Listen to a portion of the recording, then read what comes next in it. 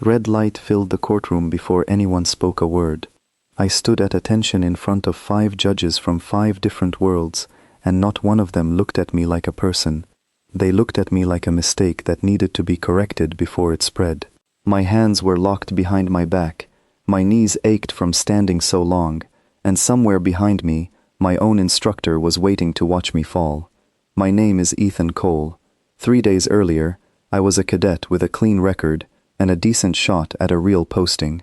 Now I was standing in the middle of a disciplinary hearing because I refused to leave a convoy of frightened aliens behind during a training exercise. The lead judge, a tall Vraxi woman with silver eyes and no patience for excuses, read the charge out loud: insubordination, failure to follow a direct order during a live simulation, endangering Academy assets for the sake of, and she actually paused here, unauthorized compassion. I almost laughed, not because it was funny, because it was so strange to hear kindness described like a crime. Here is what happened, in case anyone ever asks. During the final week of officer training, my squad ran a war game near a debris field. Partway through the exercise, a civilian mining convoy drifted into the combat zone. Real ships, real people. Not part of the simulation. My instructor, a Vraxi officer named Threll, ordered me to hold formation and let the convoy handle itself, because stopping to help would ruin our tactical timing and cost us points. I broke formation anyway.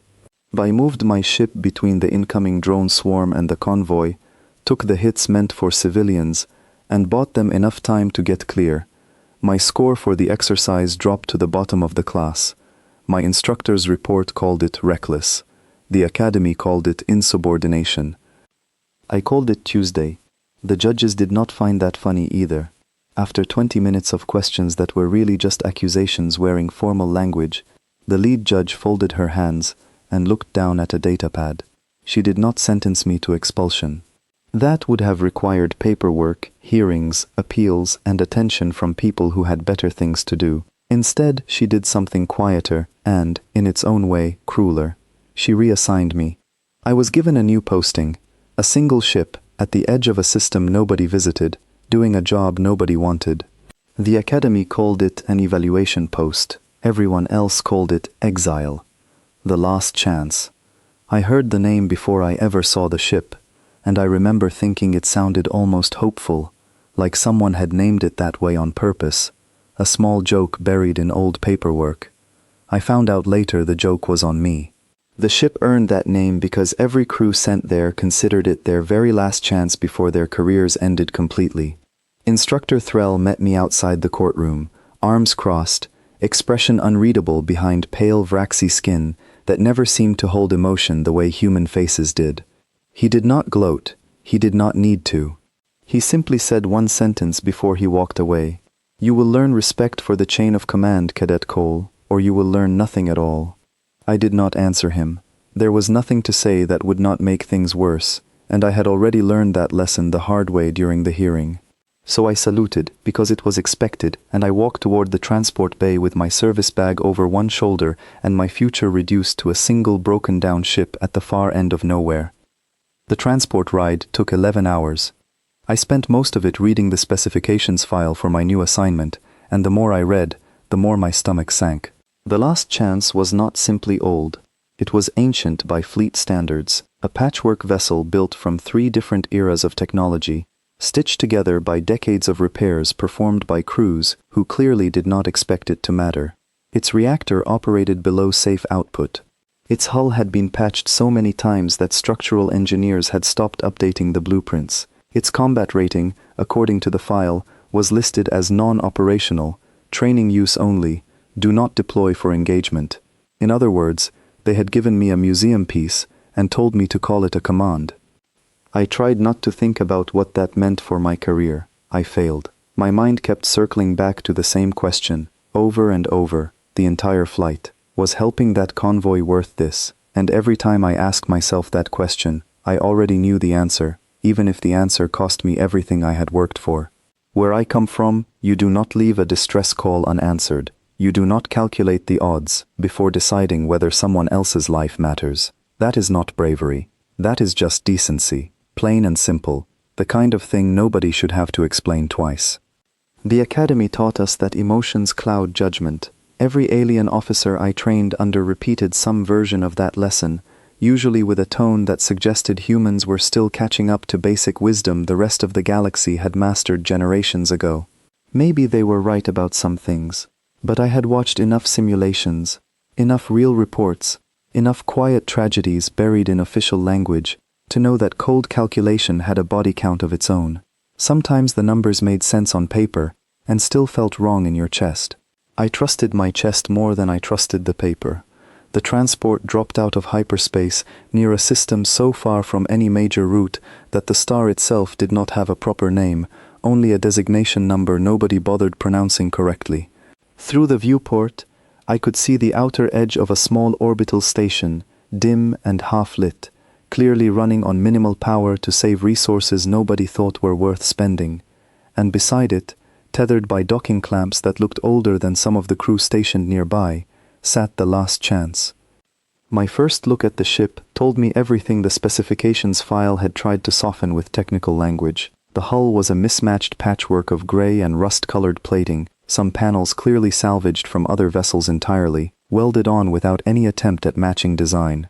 One thruster housing had a visible crack sealed with something that looked suspiciously like emergency sealant rather than proper repair material.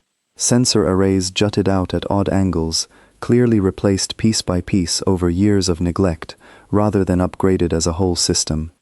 It looked less like a warship and more like something built by someone who refused to give up, using whatever scraps they could find. I did not know yet whether that made it pathetic or admirable. I would find out soon enough that it was somehow both. The transport docked with a groan that echoed through the connecting tube, and I stepped onto the Last Chance for the first time, carrying nothing but my service bag and a stubborn refusal to let anyone see how nervous I actually was. The interior smelled like recycled air that had cycled through the system one too many times. Emergency lighting flickered along the corridor, casting long shadows that made the narrow hallway feel even smaller than it already was.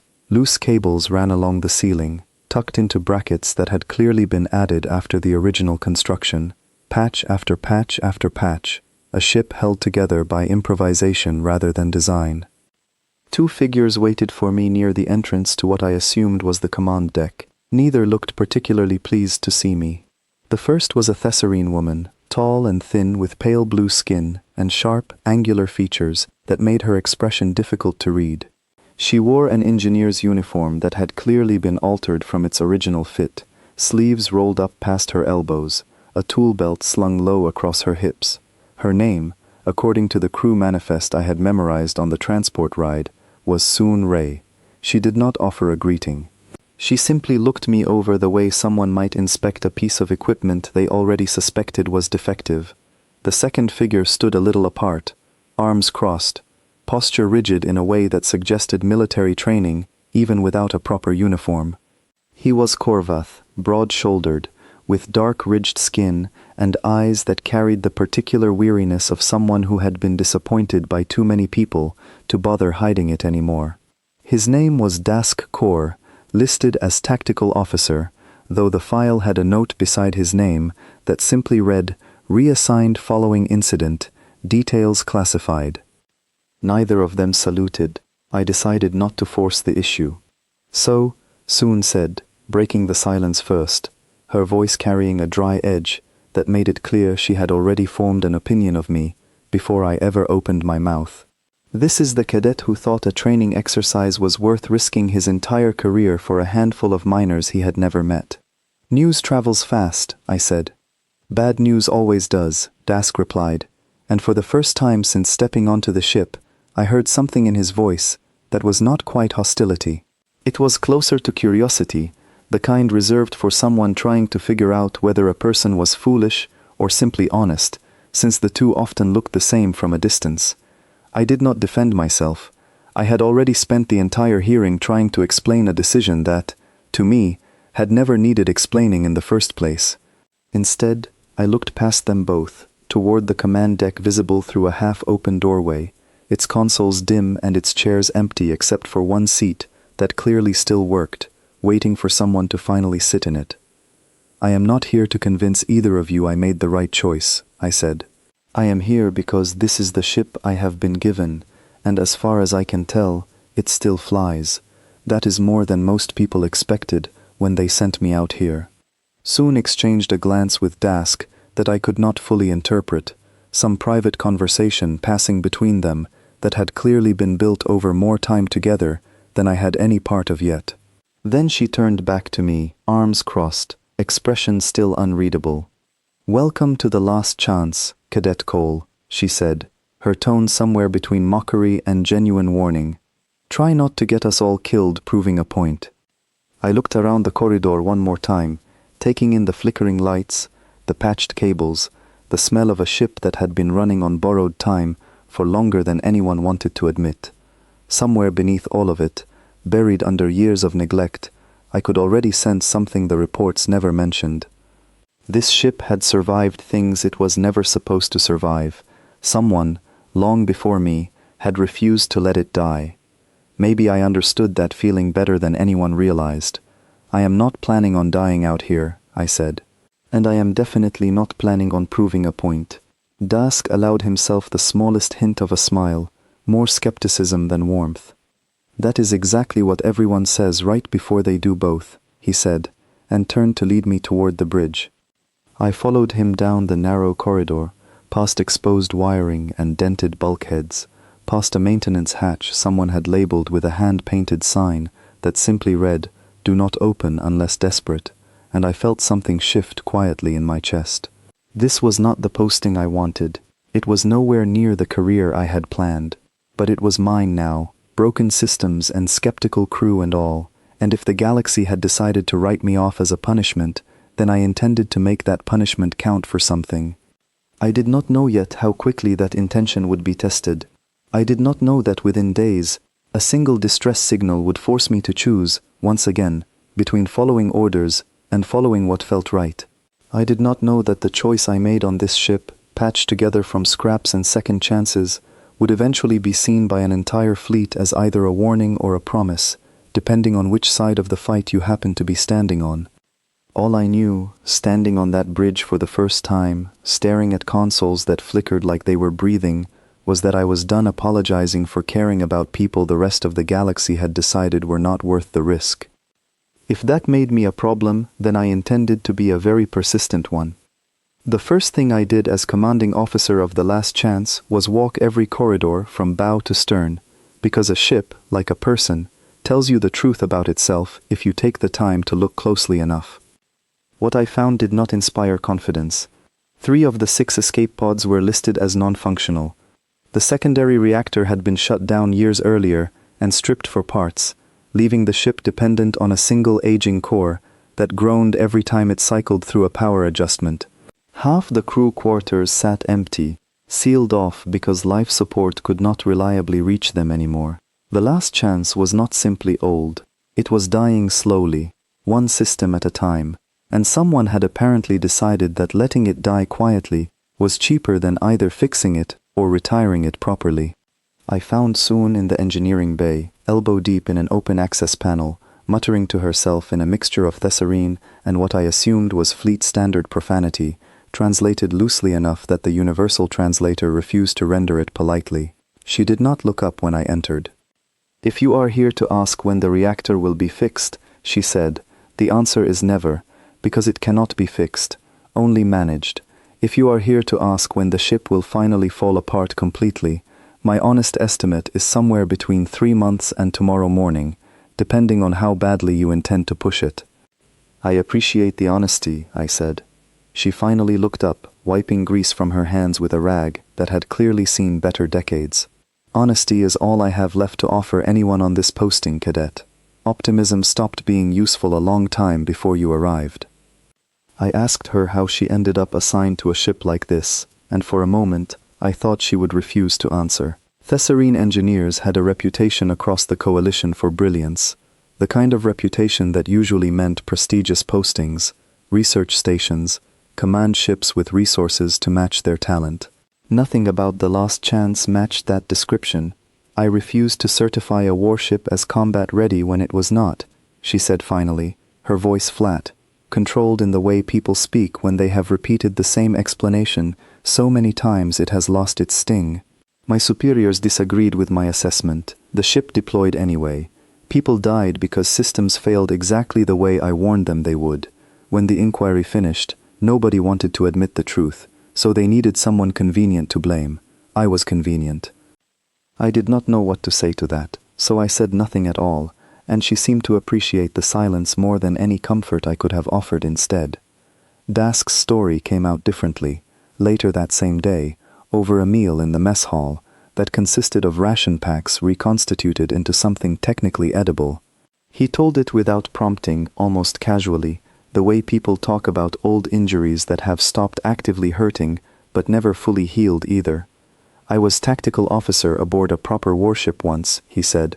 Good crew, good captain. We intercepted a raiding party attacking a farming settlement. Only the captain decided the settlement was not worth the fuel cost required to fully engage.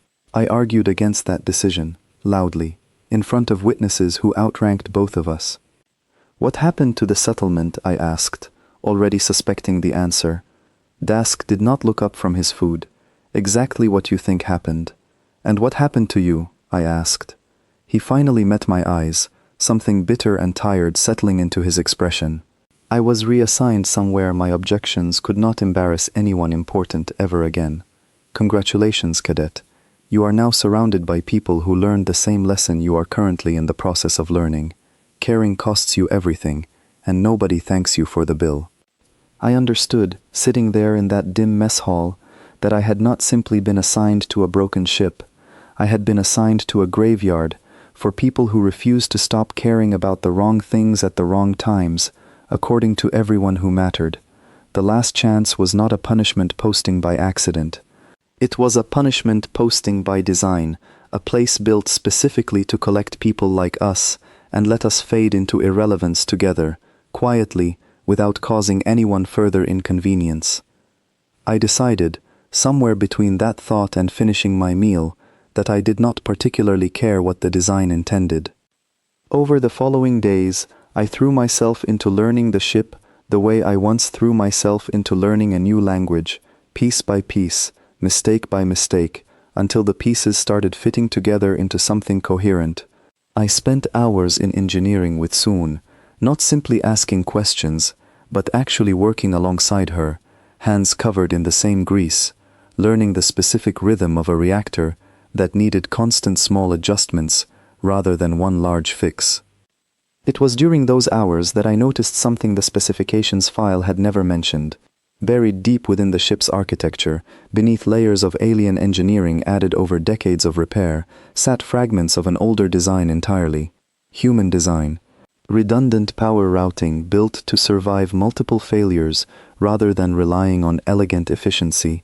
Backup systems layered on top of backup systems, the kind of stubborn, inefficient, overbuilt engineering philosophy that most advanced species had abandoned generations ago in favor of sleeker, more optimized designs. I asked Soon about it, and she paused her work long enough to actually think about the question. This ship began as part of a joint construction project, she said, decades ago, before your species properly joined the wider coalition. Human engineers contributed to the early design phase before the project was reassigned to Thesserine and Korvath oversight. Most of that original work was stripped out over the years, considered inefficient, wasteful, too many redundant systems for the resources they consumed. I ran my hand along an exposed conduit, following the old human wiring buried beneath newer alien components, and felt something click into place in my mind that I could not fully explain yet.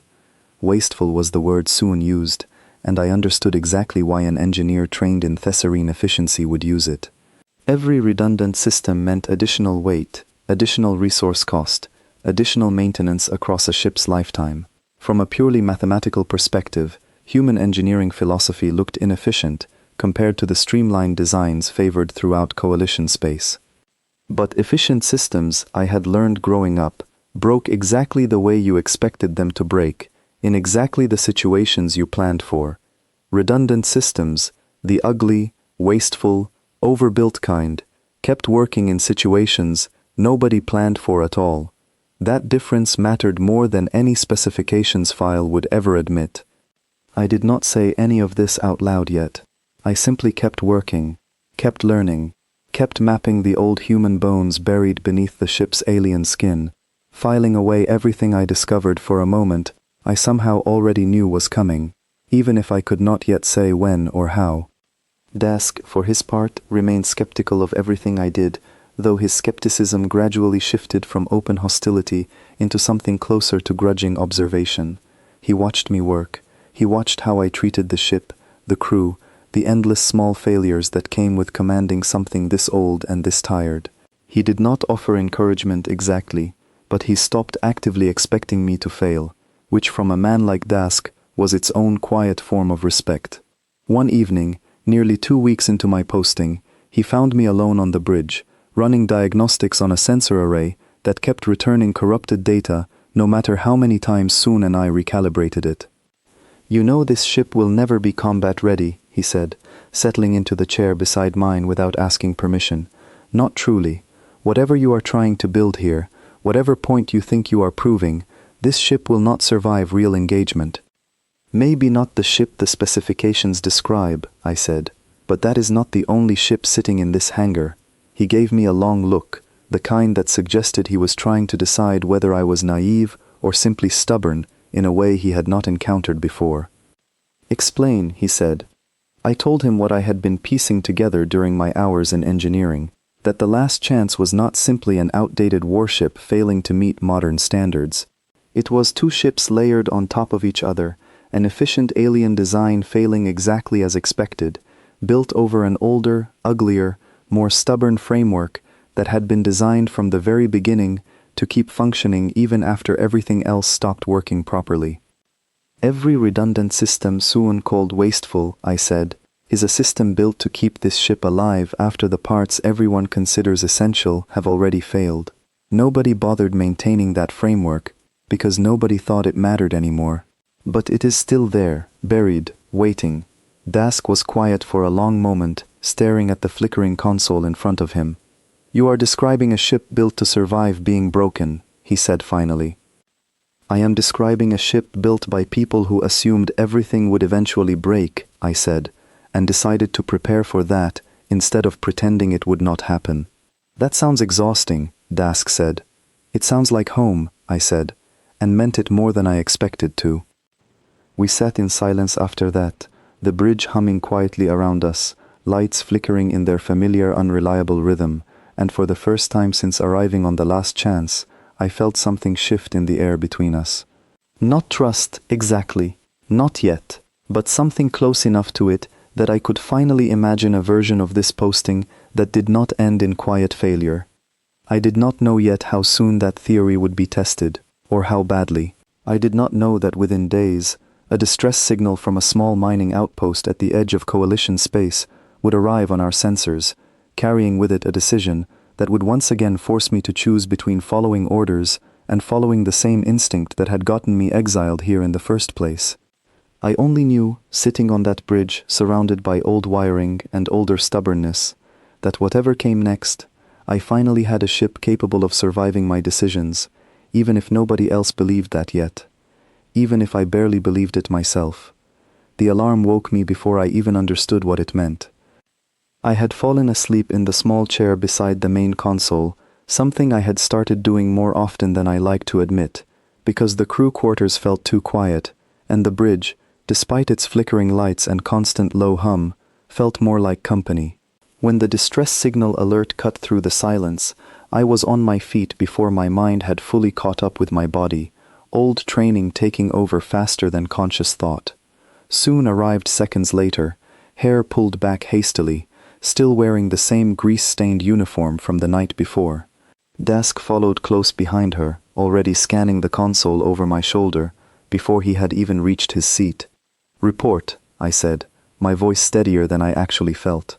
Soon's fingers moved quickly across the console, pulling up the signal source. "Distress call, automated and repeating. Origin point a small independent mining outpost, 3 systems away, well outside any patrol route the Coalition considers a priority." "Define independent," Dask said, already suspicious. Soon's expression tightened as she read further into the data. Unaffiliated with any major coalition member, small population, civilian operation extracting rare minerals from an asteroid field, no military protection contract, no formal alliance obligations. Which means no one is required to answer, Dask said, finishing the thought before she needed to. I stared at the flashing signal on the display, listening to the distress call cycle through its automated loop, a voice pleading for help that had likely been recorded hours or even days earlier, sent out into the void, with no way of knowing whether anyone would ever hear it. Who is attacking them? I asked. Suun cross-referenced the signal against known threat patterns, and her expression darkened further with every passing second. Skarn Dominion vessels, confirmed by weapon signature analysis embedded in the distress call itself. At least 2 ships, possibly more. The name settled over the bridge like a physical weight. I had studied the Skarn Dominion extensively during my academy training, though studying something in a classroom and understanding its true weight in real life were entirely different experiences. The Skarn did not simply conquer territory the way other hostile powers did. They evaluated populations for what they called productive value, and anything falling below their arbitrary threshold was simply erased, efficiently and without hesitation, to make room for resources they considered more useful. A small independent mining outpost, unaffiliated and undefended, was exactly the kind of target the Skarn considered disposable. I need to contact Fleet Command, I said, already reaching for the communication console. Dask caught my arm before I finished the motion, his grip firm but not aggressive, more urgent than anything else. You already know what Fleet Command will say, Cadet. This outpost falls outside coalition jurisdiction. No formal alliance obligation exists. Command will instruct us to log the signal and continue our current assignment. I already knew he was right. I contacted Fleet Command anyway, because protocol demanded it, because some small stubborn part of me still hoped the answer might be different this time. It was not. The response arrived within minutes, relayed through an officer whose voice carried the particular flatness of someone reading directly from a policy document, rather than actually considering the situation in front of them. Unauthorized engagement outside coalition jurisdiction is strictly prohibited. The last chance is currently rated non-combat, training assignment only. Log the signal, maintain current position, and await further instruction. I closed the connection and sat in silence for a long moment, staring at the still flashing distress signal, the voice on the recording continuing its desperate loop, unaware that the people meant to hear it had already decided its fate. You heard the order, Dask said quietly, though something in his tone suggested he was testing me rather than actually agreeing with the instruction himself. I heard it, I said. Soon watched me carefully, her earlier skepticism replaced by something more complicated, something that looked almost like she already knew what I was about to say and was bracing herself for it regardless. This ship is not rated for combat, she said. I have told you this myself, more than once. Whatever theory you have built about hidden human engineering buried under alien architecture, I have not tested it. I do not know if it will hold. If we engage the Skarn, and I am wrong, we do not simply fail. We die, along with everyone on that outpost we are trying to save. I understand the risk, I said. Do you? Dask asked, his voice sharper now. Because from where I am sitting, Cadet, this looks exactly like the decision that got you exiled here in the first place. Except this time, there is no simulation cushioning the consequences. This time, the danger is real, and so is the cost if you are wrong. I turned to face him fully, and for a moment neither of us spoke, the distress signal still cycling quietly in the background, a reminder that every second we spent arguing was a second the people on that outpost did not have to spare. You already left one settlement to die once, I said carefully, not as an accusation, but as a simple statement of fact I had learned from him directly. You told me that story yourself. You told me it never stopped hurting, even after everything that happened afterward. I am not asking you to agree with my decision. I am asking whether you can live with watching this happen again, when we are the only ship close enough to actually make a difference. Dask's jaw tightened, old pain flickering briefly across features that rarely revealed much of anything. He did not answer immediately, and I let the silence stretch, because some decisions cannot be rushed, even when time is the one resource you cannot afford to waste. Finally, he exhaled slowly, and something in his posture shifted, resignation mixing with something that might have been relief. "I already know I cannot," he said quietly. "I was simply hoping you would decide for both of us, so I would not have to admit that out loud again." I looked to Soon, who had remained silent throughout the exchange, her expression unreadable in the way only a Thesserine engineer's face could be, careful and controlled, even in moments of genuine uncertainty. "I am not asking you to trust the ship blindly," I said to her. "I am asking whether you are willing to find out, alongside me, whether everything you built and repaired and cursed at for years actually holds up when it matters most." She studied me for a long moment, then turned back to her console without another word, fingers already moving across the controls, preparing systems that had not been tested in years. "If we die out here," she said, her voice carrying the faintest trace of dark humor beneath the tension, "I want it noted officially that I warned you extensively beforehand." "Noted," I said. I gave the order to set course for the outpost, and the Last Chance shuddered slightly as its ancient engines came fully online, protesting every moment of the strain even as they obeyed. I sat back in the command chair, watching the star field shift on the main display as we changed heading, and felt the same steady certainty settle over me that had guided every difficult decision since I first stepped onto this ship. Fleet Command had given me an order, and I was about to disobey it for the second time in a matter of weeks. I understood the consequences that decision might bring. I understood that if this went wrong, there would be no hearing this time, no punishment posting waiting quietly on the other side. There would simply be silence, and a distress signal nobody had answered in time. But somewhere beneath that fear, steady and unshaken, sat the same simple truth that had guided me my entire life, the truth that had gotten me exiled to this ship in the first place, and now, apparently, was about to guide me straight into something far more dangerous. You do not leave a Mayday unanswered, not because it earns you anything, not because anyone will thank you afterward. You answer it because the alternative means becoming exactly the kind of person who calculates the cost of another life before deciding whether it is worth saving. I had made that calculation once already, back at the academy, standing in a courtroom surrounded by judges who saw compassion as a flaw to be corrected. I had refused to accept their answer then, and I refused to accept Fleet Command's answer now.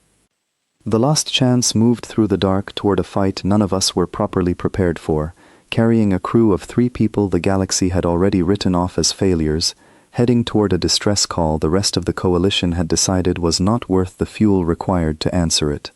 I did not know yet whether we would survive what waited for us at the end of that journey. I only knew, watching the stars blur slightly on the display as our old engines pushed harder than they had in years, that I would rather fail trying to help than succeed by doing nothing at all. Somewhere ahead of us, people were still alive, still hoping someone would hear them. We were about to make sure they were right to hope. We dropped out of hyperspace at the edge of the mining outpost system, and the first thing I saw on the main display made my chest go tight. 2 Skarn vessels hung in orbit above the outpost, sleek gray shapes cutting through the dark with the kind of confident stillness that came from knowing your opponent had no real chance of fighting back. Below them, the outpost itself flickered with emergency lighting, several of its outer modules already dark, disconnected from the main structure by damage that had clearly already been done before we arrived. "We are too late," Soon said quietly, watching the same display I was. "We are not too late for everyone," I said, though I could not fully explain why I believed that. I simply refused to accept the alternative until proven otherwise. Dask pulled up tactical data as fast as the aging systems allowed, his expression grim as the numbers populated across his console. 2 Skarn cruisers, both significantly more advanced than this ship in every measurable category. Superior weapons, superior shielding, superior maneuverability. If this becomes a direct confrontation, we lose within minutes. Then we do not let it become a direct confrontation, I said. Soon turned toward me, something sharp and urgent in her expression. "Ethan, I need you to understand something clearly before you give another order. This ship cannot win a fair fight against those 2 vessels. Not with our current systems, not with any combination of tactics a proper coalition officer would recognize as sound strategy. I know, I said. That is exactly why we are not going to fight like a proper coalition officer would.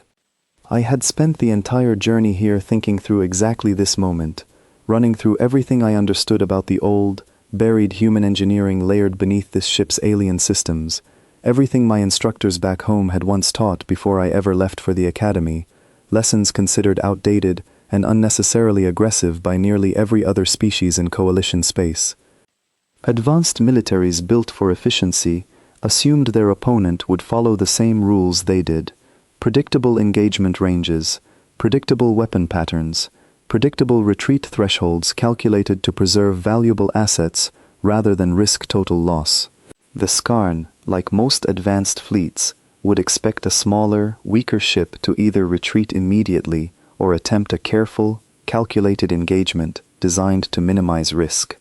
I intended to do neither. Soon, I need you to reroute every available reserve of power into our forward shields, I said, my mind already moving 3 steps ahead of my own instructions. Strip it from anywhere non-essential, life support minimums only. I do not care if the lights flicker across the entire ship.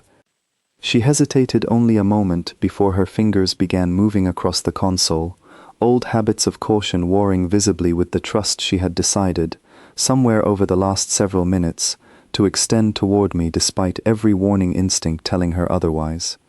Dusk, I said, turning to him next.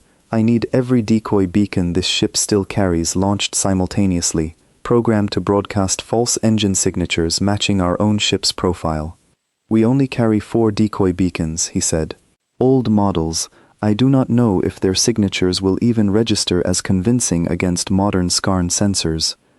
They do not need to be convincing for long, I said. They only need to buy us a few seconds of confusion at the right moment. He studied me for a long beat, and I watched something shift behind his eyes, recognition dawning slowly as he began to understand the shape of what I was actually planning. You intend to make this ship look like 4 ships instead of 1, he said. I intend to make this ship look unpredictable, I said. The Skarn have engaged plenty of coalition vessels before. They know exactly how those ships fight. They have never engaged a ship built the way this one is built. Soon's hands paused briefly over her console, something like grim understanding settling over her expression as well. You are counting on confusion buying us time to reach the outpost directly, rather than engaging the Skarn ships in open combat. I am counting on chaos, I said, being the one advantage a ship like theirs is not prepared to counter. We moved forward at full burn, the last chance groaning under the strain of engines pushed harder than they had operated in years, warning indicators flashing red across half the console, as systems strained against limits nobody had tested in a long time. Dask launched the decoy beacons on my signal, and for a brief, disorienting moment, 4 overlapping engine signatures scattered across Skarn sensor readouts, each one broadcasting a slightly different trajectory, slightly different power output, slightly different heading. The 2 Skarn cruisers hesitated, exactly as I hoped they would, their formation breaking apart slightly, as they attempted to track 4 separate contacts instead of one clear target. It was not a long hesitation, perhaps only a handful of seconds. But a handful of seconds was exactly what we needed. We drove the last chance directly between the outpost and the nearest Skarn cruiser, our reinforced forward shields absorbing the first volley of weapon fire that came the moment their sensors finally sorted true signal from decoy. The impact rattled the entire ship violently, alarms blaring across every console, but the shields held, buckling under the strain rather than failing outright, exactly the way the old redundant human systems buried beneath the surface were built to behave. Shields at 60%, Soon called out, voice tight with concentration, as her hands moved rapidly across her console, rerouting power on the fly to compensate for damage as it occurred. Whatever you built into this ship, Ethan, it is holding. Barely, but it is holding. I opened a channel to the outpost, my voice steady despite the alarms still blaring around me. This is the last chance, responding to your distress call. Evacuate any personnel you can toward your remaining functional escape pods immediately. We will cover you as long as we are able. A voice answered back seconds later, ragged with exhaustion and disbelief, a woman's voice carrying the particular relief of someone who had genuinely stopped expecting rescue to arrive at all. Understood, last chance. We are moving people now. Thank you. Whoever you are, thank you. There was no time to respond properly. The second Skarn cruiser had recovered from the initial confusion and was moving to flank us, weapons already charging for another volley. Dask called out the threat before I even finished processing the tactical display myself. Second cruiser closing on our port side, weapons hot, he said. We cannot take a direct hit from both vessels simultaneously. This ship will not survive it. I made the decision in less time than it took to fully consider its consequences. Old training and older instinct blending together into something that felt less like calculation and more like reflex. Soon, redirect remaining reserve power into the reactor. I need a controlled overload, contained within our engine core, timed precisely on my mark. Her eyes widened slightly, the first genuine alarm I had seen cross her face since the battle began. That is not a maneuver, that is a controlled explosion aimed directly at our own ship. It is a controlled explosion aimed at forcing that second cruiser to break away rather than risk getting caught in the blast radius, I said. Their sensors will read it as a catastrophic failure. They will assume we are already finished and pull back to avoid unnecessary damage to their own hull. And if you are wrong, Dask said quietly. Then we find out the hard way, I said, and I am aware of exactly how that sounds. Soon's hands hovered over the controls for one long, agonizing second, weighing every warning instinct she had built over years of careful, controlled engineering against the trust she had somehow decided to place in a stubborn human cadet and the strange, redundant systems buried beneath a ship everyone else had already given up on. Then she committed, fingers moving with sudden decisive speed. On your mark, she said. I watched the tactical display as the second Skarn cruiser closed the final distance, weapons fully charged, moments away from firing. I waited until the exact moment their targeting systems locked onto our position, and then I gave the signal. Mark. The reactor surged violently, venting a controlled burst of superheated plasma outward in a contained, directional spike designed to mimic catastrophic failure without actually destroying the ship itself. Every light on the bridge went dark for nearly 3 full seconds, alarms cutting out entirely as backup systems scrambled to compensate, and for those 3 seconds, I genuinely did not know whether we had just saved ourselves or ended everything. Then the lights flickered back on, dim and unsteady, and Dask's voice cut through the darkness with something close to disbelief. Second cruiser is breaking away, he said. They read the surge as we hoped. They are pulling back to reassess rather than risk their own hull in the blast radius. I allowed myself exactly one breath of relief before turning my attention back to the outpost, where escape pods were now visible, scattering away from the damaged structure toward the relative safety of open space, exactly as I had asked them to. The first Skarn cruiser, still engaged directly with us, fired another volley that struck our already weakened shields, and this time the impact tore through more than half our remaining power reserves in a single blow. Alarms screamed across every console simultaneously. Shields failing, Soon called out, her voice sharp with urgency now, rather than caution. We cannot take another direct hit like that. I looked at the tactical display, watching the last of the outpost's escape pods clear the immediate danger zone, and made the only decision that made sense given everything we had left to work with. We have done what we came here to do, I said. Get us out of engagement range, now. Dask's hands moved rapidly, plotting the fastest retreat vector our damaged engines could manage, and the last chance pulled away from the fight in a burst of speed that felt entirely too slow given how close the remaining Skarn cruiser still was behind us. We limped away from that system with our shields nearly depleted, our reactor running well below safe capacity, and half our internal systems flickering unpredictably from the strain of everything we had just asked them to endure. But behind us, scattered safely across open space, a handful of escape pods carried people who would have died within the hour if we had followed Fleet Command's original instructions and simply logged the signal, exactly as ordered. Soon slumped back in her seat once we finally cleared the system entirely, exhaustion written across every line of her posture.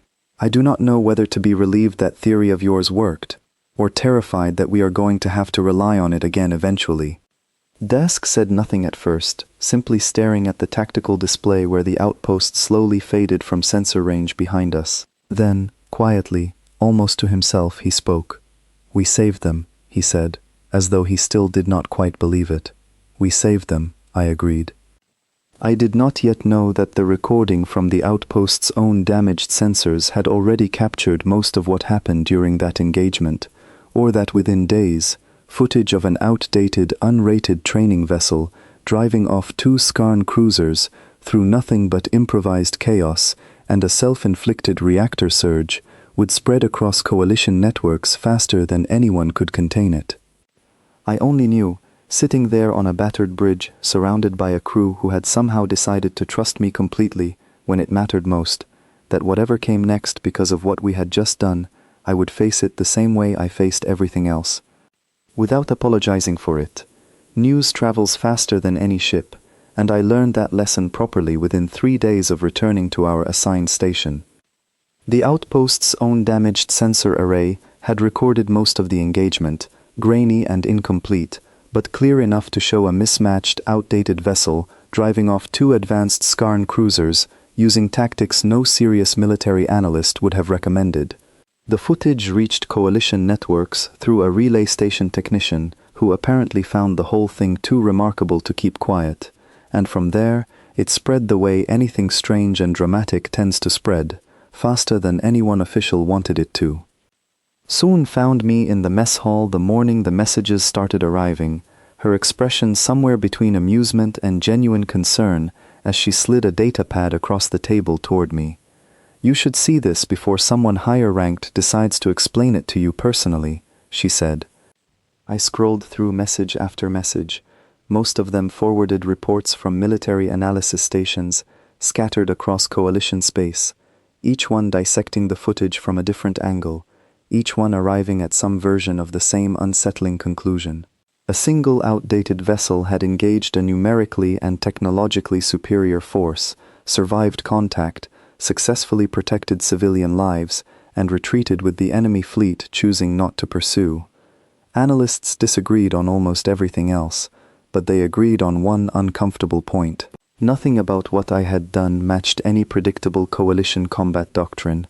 I had not fought like an officer trained within their systems. I had fought like something else entirely, something none of their existing threat models accounted for properly. One report, written by a senior Vraxi tactical officer, used a phrase that stuck with me long after I finished reading it. Unpredictable engagement philosophy, the report called it, before adding a note that read, "Further study strongly recommended," before dismissing as an isolated incident. Dask read the same reports over my shoulder, arms crossed, expression unreadable in the particular way he reserved for moments he was still processing internally. "They are frightened," he said finally. "They should not be frightened," I said. "We saved people. That should not be a threatening outcome to anyone paying attention." Dask shook his head slowly. "You misunderstand what frightens them, Ethan. It is not that you saved people. It is that you did it by breaking every rule their entire military doctrine depends on, and it worked. If one cadet on one broken ship can accomplish that using instinct and improvisation instead of proper coalition tactics, then every carefully calculated strategy their fleets rely on suddenly looks less certain than it did a week ago." I had not considered it from that angle before, but the moment he said it, I understood exactly why the reports carried the tone they did. Fear disguised as analysis, concern disguised as academic curiosity. An entire military culture built around careful, predictable, efficient engagement suddenly confronted with proof that a different approach existed, one they had spent generations dismissing as primitive and reckless. The reaction from Fleet Command arrived later that same day, and it was far less measured than the analyst's careful language had been. I stood at attention in the small communication room, watching Admiral Callum Reyes's stern expression fill the display, his voice carrying the particular controlled anger of someone who had been forced to explain an embarrassing situation to superiors he answered to himself. "Cadet Cole," he began, "you directly disobeyed a specific order to avoid unauthorized engagement outside coalition jurisdiction. Do you understand the position this places command in? I understand that we saved an entire civilian population that would have been destroyed within the hour otherwise, I said. That is not the question I asked, Reyes said sharply. The question is whether you understand that your actions, regardless of outcome, represent a serious breach of protocol that this command cannot simply overlook, particularly now that the entire coalition has watched footage of it unfold. I said nothing because I understood there was no answer that would satisfy the concern actually driving his frustration. This was never truly about protocol. It was about the fact that my actions had made command look either negligent for issuing the original order or foolish for having a doctrine that a single cadet had proven inadequate within a single engagement. Reyes studied me for a long moment through the display, and something in his expression shifted slightly, frustration giving way to something more complicated, more uncertain. There is division within command regarding how to handle this situation, he said finally. Some believe you should be formally disciplined for insubordination, regardless of outcome, to preserve the integrity of the chain of command. Others believe that publicly disciplining you now, after this footage has already spread across every major network in coalition space, would make command appear petty and vindictive rather than principled. And what do you believe? I asked. Reyes's jaw tightened. What I believe is irrelevant, Cadet. What matters is that your actions have drawn attention command did not want drawn, from sources command did not want paying attention. Before I could ask what he meant, he continued, his voice dropping slightly, carrying a warning I had not expected. The footage did not only reach coalition analysts, he said. It reached Skarn Dominion channels as well. Their command structure does not react favorably to public embarrassment, Cadet Cole, and 2 of their cruisers retreating from an outdated training vessel qualifies as significant embarrassment by any measure they use internally. A cold weight settled into my stomach as I began to understand exactly where this conversation was heading. Our intelligence sources indicate the Skarn Dominion has dispatched a dedicated task force, Reyes continued, its stated objective being to locate and eliminate the vessel responsible for that engagement, along with its crew, as a demonstration to any other independent outpost considering resistance in the future.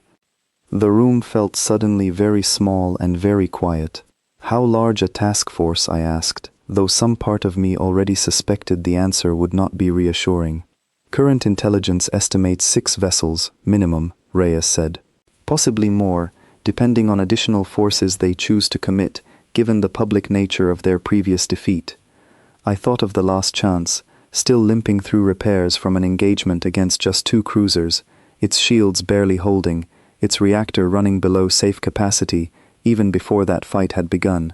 6 vessels, or more, represented a threat that made our previous engagement look almost survivable by comparison. What is Command's position on providing support? I asked, already suspecting the answer before Reyes spoke it. Command's position, he said carefully, is that the Last Chance remains officially classified as a non-combat training vessel operating outside its intended parameters, without proper authorization for the engagement that occurred. Providing direct fleet support would require formally acknowledging your actions as sanctioned, which Command is not currently prepared to do. In other words, I said, we are on our own. Reyes did not answer immediately, and in that silence I understood everything the official position refused to state directly. Command wanted the benefits of what I had accomplished, the goodwill it generated among civilian populations who finally saw someone willing to answer their distress calls without accepting any of the responsibility or risk that came attached to it. I will forward this intelligence to your ship, Reyes said finally, his voice softer now, carrying something that might have been genuine concern beneath the official caution. What you choose to do with it is beyond my authority to direct, given your current unofficial status. But Cadet Cole, listen to me carefully. 6 Karn vessels will not make the same mistake twice. Whatever advantage surprise and improvisation gave you during your last engagement, it will not be available to you again. They will be prepared this time. The connection ended, and I stood alone in the small communication room for a long moment, staring at the now blank display, feeling the weight of everything Reyes had just told me settling slowly into place. I found Soon and Dask waiting in the corridor outside, both of their expressions making clear they had already guessed at least part of what the conversation contained. "How bad?" Dask asked simply. I told them everything, the analyst's reports, Command's refusal to provide official support, and finally, the intelligence regarding the approaching Skarn task force. Soon's expression grew increasingly pale as I spoke, and by the time I finished, Dask had gone completely silent, arms crossed, jaw tight with barely controlled tension. "6 vessels," Soon said finally, her voice quiet. "Ethan, we barely survived 2. This ship cannot withstand a direct engagement against 6 advanced Skarn cruisers. There is no version of the tactics you used last time that scales to those numbers." "I know," I said. "Then what exactly do you propose we do?" Dask asked, and though his tone carried frustration, I recognized something else beneath it as well. Not doubt in me specifically, but genuine fear regarding a threat that, for the first time since I arrived on this ship, none of us had any clear answer for. I looked between them both, 2 people the galaxy had already written off once, standing here now, willing to face an impossible fight, rather than abandon what we had built together over these past several weeks. "I do not have a full plan yet," I admitted honestly, "but I know we are not simply going to sit here and wait for 6 ships to arrive and finish what those 2 cruisers could not." Suan studied me carefully, something steadying behind her earlier fear. "Then we had better start thinking of something," she said, "because from everything Command just told you, it sounds like we do not have much time left to figure it out." She was right, though none of us yet understood exactly how little time remained, or how far the coming fight would eventually carry us, all the way back toward the very heart of Coalition space itself. We had 4 days before the Skarn task force reached our position, according to the intelligence data Reyes forwarded, and I spent the first several hours of that window doing nothing but staring at star charts, searching for an answer that refused to appear no matter how long I studied the numbers. 6 vessels! 1 badly damaged ship, no fleet support, no realistic way to win a direct confrontation, no matter how creatively I approached the tactics. Soon found me still staring at the charts long after midnight ship time, exhaustion visible in the tightness around her eyes as she settled into the seat beside mine. "You have been sitting here for 6 hours," she said. "I checked our reactor output. We do not have the power reserves to attempt another controlled surge like last time, not without risking permanent damage to the core itself. Whatever you are planning, it cannot rely on the same trick twice." "I know," I said. "I am not planning to fight them directly at all." She raised an eyebrow, waiting for me to continue. I traced a line across the star chart, connecting our current position to a distant point deep within Coalition space, the location of the primary fleet headquarters and its heavily defended home system. "If we cannot win a direct fight against 6 ships," I said, "then I do not intend to give them a direct fight. I intend to give them a chase instead, one that leads them somewhere they very much do not want to end up." Soon followed the line I traced with her finger, and I watched understanding slowly dawn across her expression, followed almost immediately by something that looked remarkably close to alarm. "You want to lead an entire Skarn task force directly into Coalition territory," she said slowly, "toward the most heavily defended system in the entire fleet." "That is exactly what I want to do," I said. Dask, who had entered partway through the conversation and caught the tail end of it, folded his arms with an expression that suggested he was already bracing for whatever came next. "That plan depends entirely on the Skarn actually choosing to follow us that far, rather than simply destroying us the moment they catch up, which given their numerical advantage, seems considerably more likely." "They will follow," I said, "because I intend to make sure they have no other choice." I explained the rest of the plan as it formed in my mind, piece by piece, drawing on everything I had learned during my hours studying old smuggler routes buried in outdated navigational archives, forgotten pathways through minefields and gravity wells that modern fleet doctrine considered too dangerous and inefficient to bother maintaining anymore. We would broadcast an open, unencrypted challenge directly to the approaching Skarn task force, deliberately provoking their commander's pride by publicly daring them to catch a vessel they had already been embarrassed by once before.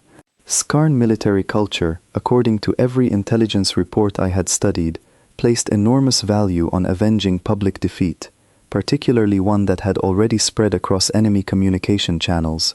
A direct challenge, broadcast openly for anyone monitoring the frequency to witness, would be almost impossible for their commander to ignore, without suffering further loss of standing among their own command structure.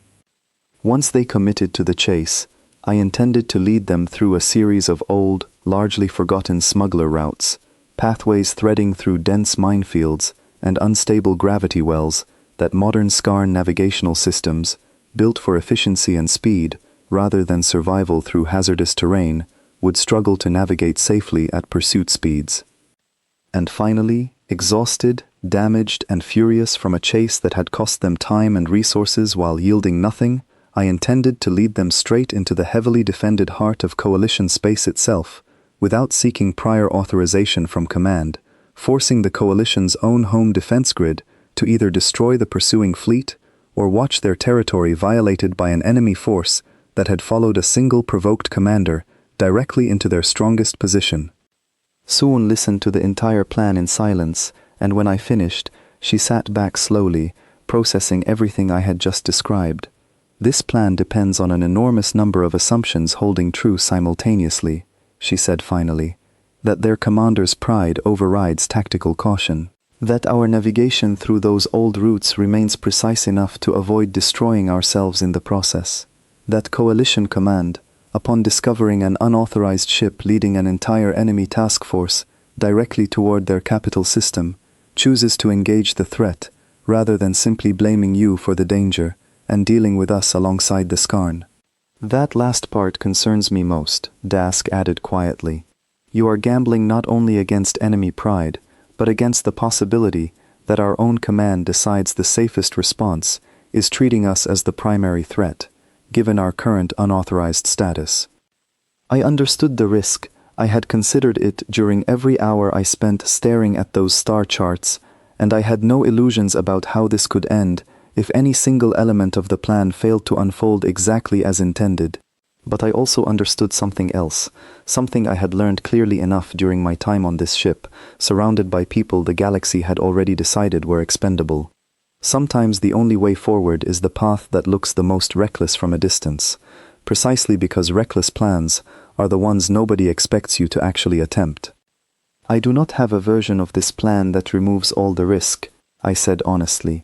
I only have a version that gives us a chance, instead of simply waiting here for 6 ships to arrive and finish what 2 could not. Soon exchanged a long look with Dask, some silent understanding passing between them that I had come to recognize over these past weeks as the particular language of people who had already survived losing everything once before, and had decided, somewhere along the way, that they preferred fighting for something over simply surviving quietly. Then we had better get this ship ready to run the fastest, most dangerous race of its entire existence, Soon said finally, already rising from her seat to return to engineering. We broadcast the challenge exactly 40 hours before the Skarn task force reached our position. My voice carried across an open frequency I knew their command would be monitoring closely, deliberately provoking, deliberately public, naming their previous defeat outright, and daring their commander to catch us properly this time, instead of simply overwhelming a wounded ship with brute numerical force.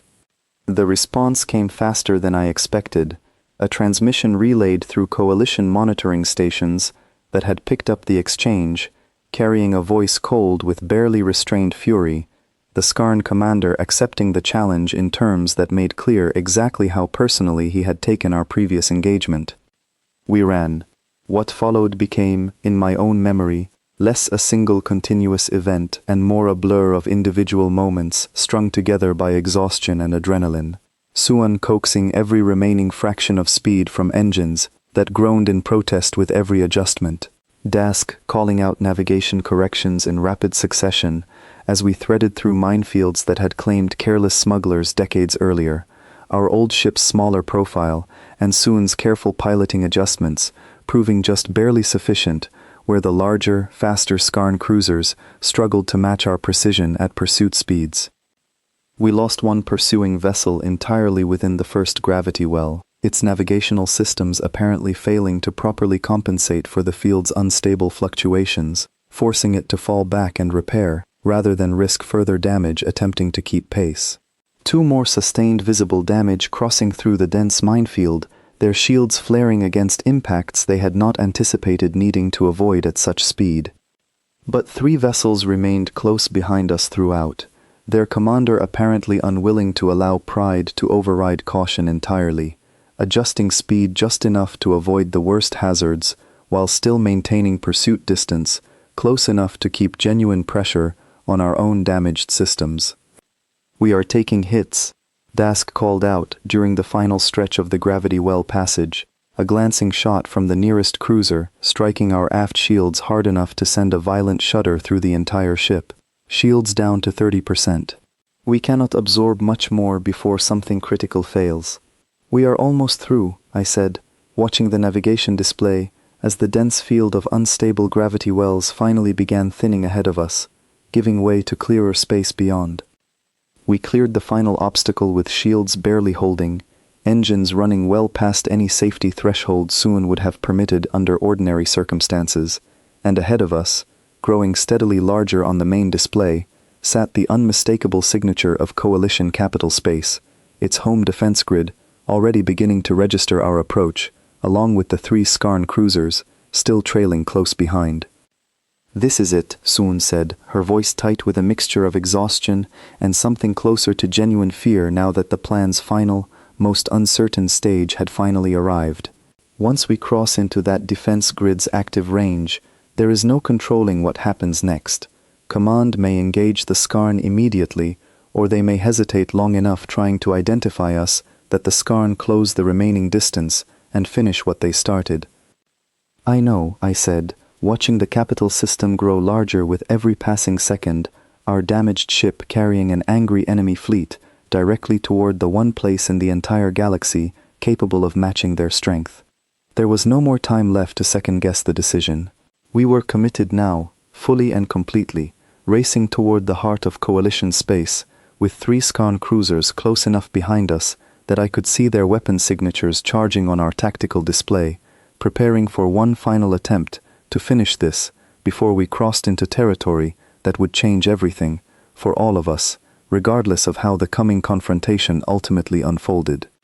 The Coalition capital system opened up in front of us like a wall of light, defense platforms and patrol vessels scattered across orbital space in numbers I had never seen gathered in one place before, their sensors already locking onto our position, along with the 3 Skarn cruisers closing rapidly behind us. "Unidentified vessel," a voice crackled across our comm system, sharp with alarm. "You are approaching restricted capital space at high velocity while under active pursuit by hostile forces. Identify yourself immediately or you will be fired upon." "This is the last chance," I said, keeping my voice as steady as I could manage, despite the violent shaking running through the entire ship from our strained engines. "Cadet Ethan Cole commanding.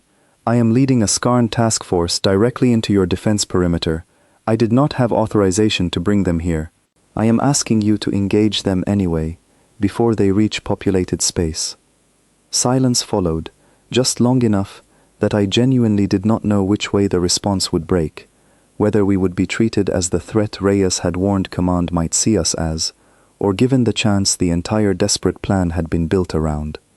Then the defense grid opened fire, not on us, but on the 3 pursuing Skarn cruisers, now fully exposed within Coalition territory, their commander's pride having finally led them directly into the one confrontation his forces could not survive.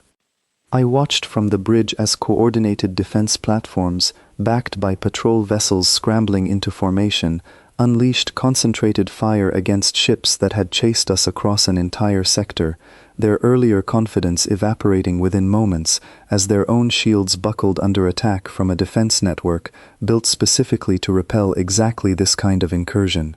Within minutes, all 3 remaining Skarn vessels had either been disabled or forced into hasty retreat, fleeing back toward the same gravity wells and minefields that had already cost them so much during the pursuit.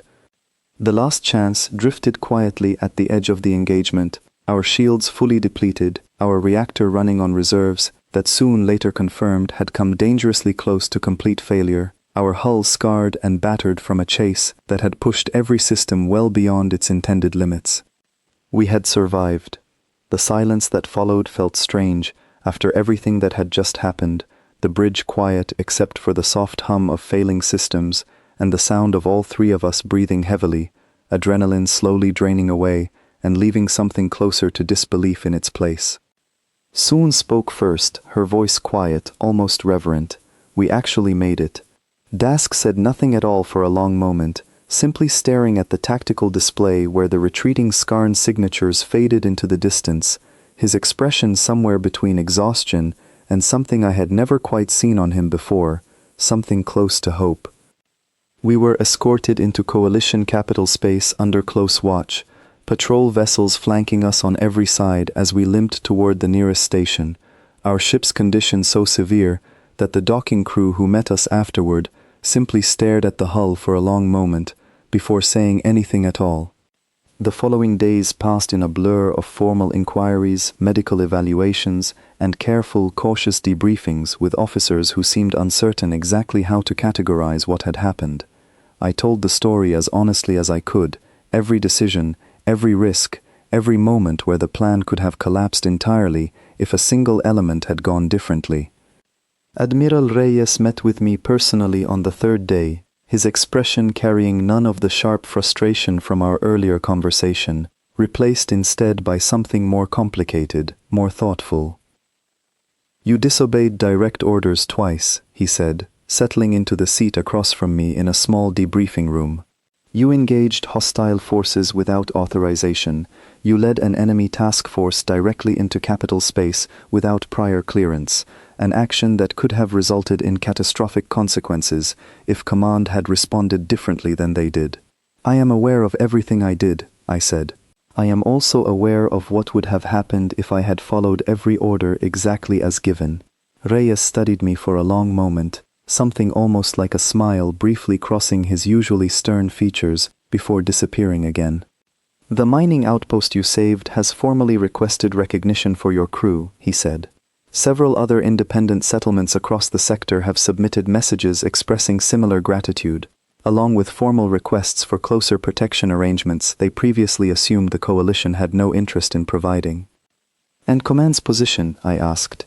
"Command's position," Reyes said carefully, "is currently divided, much as it was before. Some officers still believe your actions represent a dangerous precedent, insubordination rewarded rather than punished. Others believe that punishing you now, after everything that occurred, would send an even more dangerous message regarding what this coalition actually values." I did not respond, waiting to hear where the conversation would ultimately land. Reyes leaned forward slightly, his voice dropping into something more personal, less official. "Off the record, Cadet Cole, I have served in this fleet for over 20 years. I have never seen tactics like the ones you employed, not in any training manual, not in any doctrine taught at any academy across Coalition space. Analysts are still studying the footage, trying to understand exactly what philosophy shaped decisions that should not have worked, yet somehow did, repeatedly, against odds that should have ended differently every single time. It is not really a philosophy," I said. "It is just how people where I come from tend to think. Prepare for things to break, care about people even when the numbers say it is not worth the risk. Answer a distress call because someone is asking for help, not because a calculation tells you the return justifies the cost." Reyes was quiet for a long moment, considering that. "That way of thinking terrifies a great many officers across this coalition," he said finally, "not because it is wrong, because it works, and nobody planned for an approach built around instinct and sacrifice, succeeding where careful calculation consistently fails." He rose from his seat, extending a hand toward me, an unexpected gesture given everything that had happened between us over these past several weeks. "Officially, your status remains under review," he said. "Unofficially, I suspect you are about to discover that a great many people across this galaxy are going to start paying very close attention to what humans are actually capable of, whether the rest of us are entirely comfortable with that realization or not." I found Soon and Dask waiting outside the debriefing room afterward. both watching my expression carefully as I approached, searching for some sign of how the meeting had gone. "Well?" Soon asked. "Officially, still under review," I said. "Unofficially, I think we just changed how a lot of people across this coalition think about what a broken-down ship and a few written-off officers are actually capable of accomplishing." Dask allowed himself something close to a genuine smile, rare enough that it looked almost unfamiliar on his features. "You know," he said, "when they first assigned me to this posting, I assumed my career, along with any sense of purpose attached to it, had effectively ended. I did not expect to find myself standing here instead, having just survived something no sane officer would have willingly attempted." "Neither did I," Soon admitted. "We stood together in that corridor, three people the galaxy had once decided were failures, expendable, unworthy of anything beyond quiet, forgotten postings meant to keep us safely out of everyone else's way. And yet here we were, having just proven that broken things, whether ships or people, sometimes carried more strength inside them than anyone bothered to notice, buried beneath layers of neglect and low expectations that nobody had ever properly tested." Word of what happened continued spreading in the weeks that followed, reaching further across coalition space than I ever anticipated, carried through officer briefings, civilian networks, and quiet conversations between species who had spent generations viewing humans as capable soldiers, certainly, but never as anything particularly unpredictable or especially dangerous in ways that mattered strategically. That perception was changing now, slowly but unmistakably, and I understood, standing in that corridor beside a Thesserine engineer and a Korvath tactician who had both decided to trust me completely when it mattered most, that whatever came next for the Last Chance and its stubborn, written-off crew, the galaxy was no longer looking at humans the same way it once had. They had given a broken ship to a cadet nobody believed in, hoping quiet failure would simply erase an inconvenient problem before it caused any further trouble. Instead, I came back leading an entire enemy fleet directly into the heart of coalition space, and left behind a question that officers across a dozen different worlds were now struggling to answer. If one human cadet, given nothing but a dying ship and two people the fleet had already written off, could accomplish something like this, then what exactly were the rest of us capable of, once the rest of the galaxy finally stopped underestimating what humans actually valued most? I did not know the full answer yet. I suspected nobody did. But I intended to find out, one impossible decision at a time, for as long as the Last Chance kept flying, and for as long as people out there kept sending signals that deserved an answer.